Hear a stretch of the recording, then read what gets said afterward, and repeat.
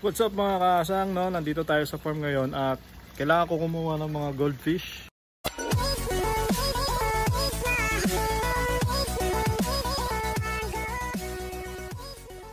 May order kasi ako ng oranda na 10 pieces. Bali nagbenta kasi ako ng sale na oranda. At ayun, binenta ko siya ng 500 ang 10. So kukuha ako ngayon ng 3 set.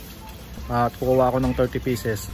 Yung isang set doon, nabenta ko na yun ng 500. So may magiging available pa ako na 2 set na tig 500 pesos. So yun, sa mga gustong mag-avail, message lang ako sa Facebook. Tapos limited lang shipping natin, no? Dito lang ako sa malalapit. Sa NCR mostly. Tapos dito sa Region 4A.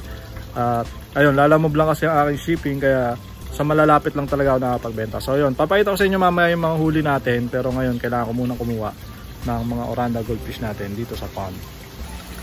So yun mga kasang, bago tayo manguha ng ating mga goldfish dyan, pakita ko muna sa inyo to. Ito nga pala, kailangan ko kumuha ng mga swordtail.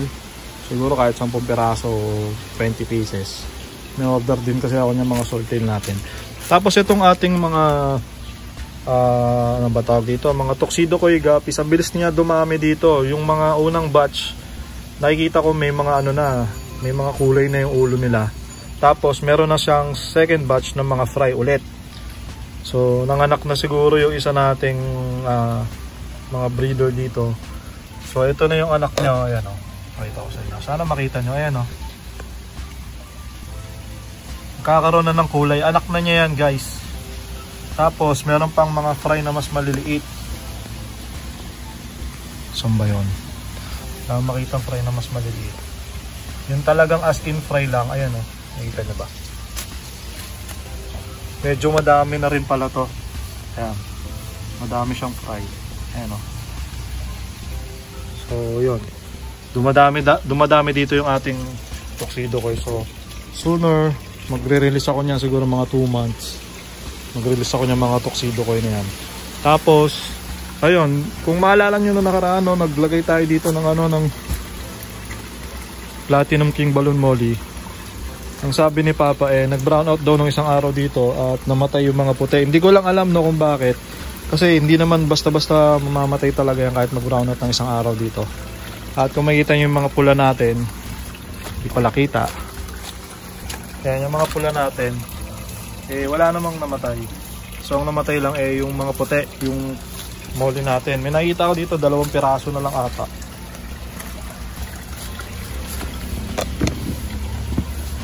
Makita.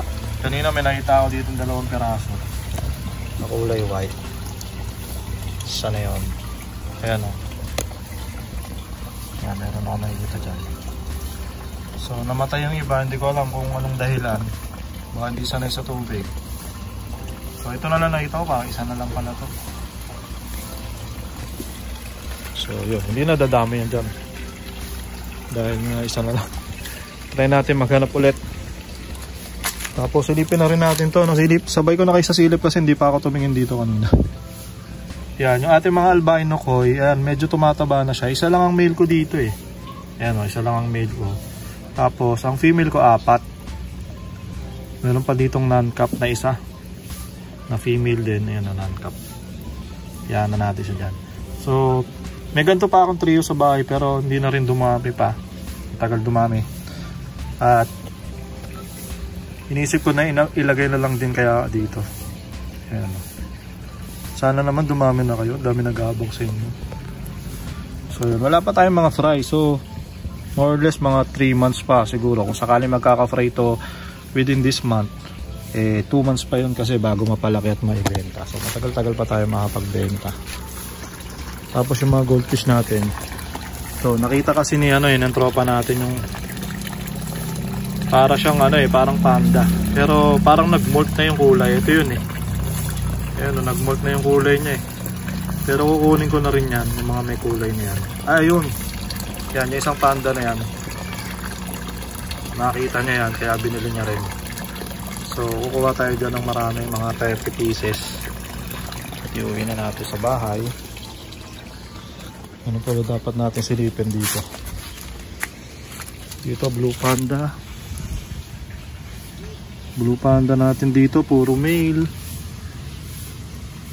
Grabe, ba't ang dami male nito? Puro male yung Blue Panda natin. Though may female naman siya, pero hindi ganun karami. Parang ang proportion ay ang ano niya eh.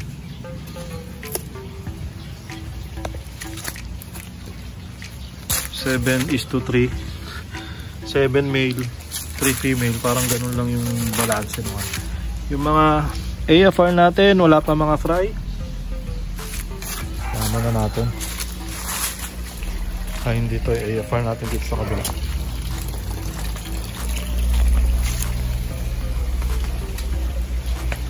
Ilagay natin mga AFR dito eh.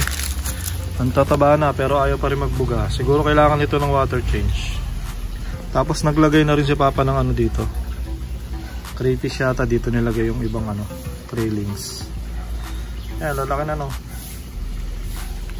Wala pa rin ako nakikita ang fry. Dito rin sa isa. Ayan, lalaki na ng mga female natin.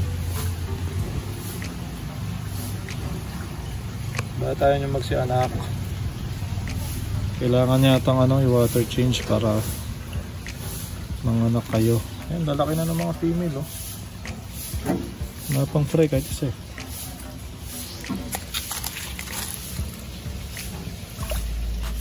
Wala akong makitang fry.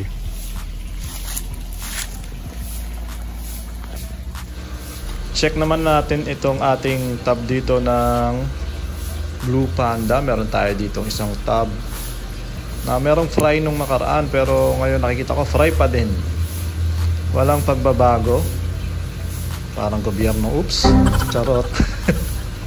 Walang pagbabago, no? Hindi lumalaki yung mga fry natin. Hindi ko alam kung bakit hindi lumalaki yung mga yan. Siguro kulang sa nutrition o kulang sa dumi, hindi natin malaman, no? Dito may isa pa tayong tab dito na ano to, Blue Panda Guppies din to. Pero ito isang to medyo lumaki na. At naunang batch naman to kaysa do sa kaliwa na tab natin. So meron ako dito dalawang tab ng fry ng Blue Panda Guppies. Ang problema ko dito eh ang tagal nila lumaki at sana naman no maraming female no. Kasi yung mga naunang batch eh puro male. Kaya tingnan natin kung may pagbabago diyan. Tapos may tab tayo dito ng albino full red pa rin. Naglagay ako 5 piraso diyan. Wala pang fry. Dito meron tayo Blue Panda rin to dati. At Blue Panda pa rin ngayon yan. So meron yung mga fry. At may mga Big Mama. Dito naman yung ating albino, ay yung green cobalt. Meron pa din. Ito pinasilip ko to kay Papa kahapon.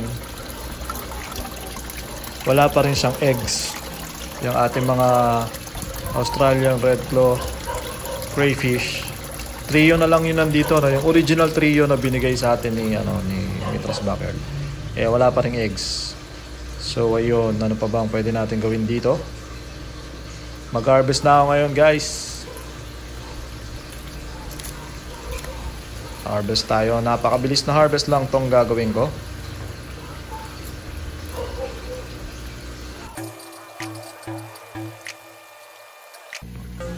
So yun mga kasang, no, ganun kabilis lang, simbilis lang ng relasyon nyo ng ex nyo. Charot. So yun, kumuha nga ako ng mga 10, mga 20 yata to. At yung request sa akin na parang panda eh nandito rin. So 30 pieces nga ang kukunin ko dito. Ayan, gaganda ng kulay ng iba. Yung iba nagmo-molt pa, ng mga parang kulay itim pa. So yun mga kasang, no, hindi ko na pinakita. Pero nanghuli ako na ng mga isda. So ito na nga yung mga nahuli natin, napakarami. No? Kumuha ako ng swordtail, mga 365.29 pieces itong swordtail natin. Napakarami yan. Ito naman, kumuha rin ako ng mga red balloon platy natin na mga 300 pieces din. At kumuha rin ako ng ating green cobalt guppies na binibenta ko ng 100 pesos ang trio. No? Kumuha tayo ng mga 700 pieces. At yung goldfish nga natin, ito kumuha tayo ng 30 pieces. Na ibebenta ko ng 500 per 10 pieces. So sa mga gustong bumili, ipopost ko yan sa aking Facebook page na Hendrix Backyard. At yun, manood kayo sa akin sa Hendrix Backyard TV. Yan ang aking mga Facebook page. So ayun mga kasa, maraming salamat sa mga nanood. Hanggang sa susunod na video. Tapusin ko na tong video na to. Alright, fish out! Shoutout po kay Vance Exotic TV, kay Jack Cerezo, kay Jao Dokog at kay Francis Goko. Shoutout po sa inyo.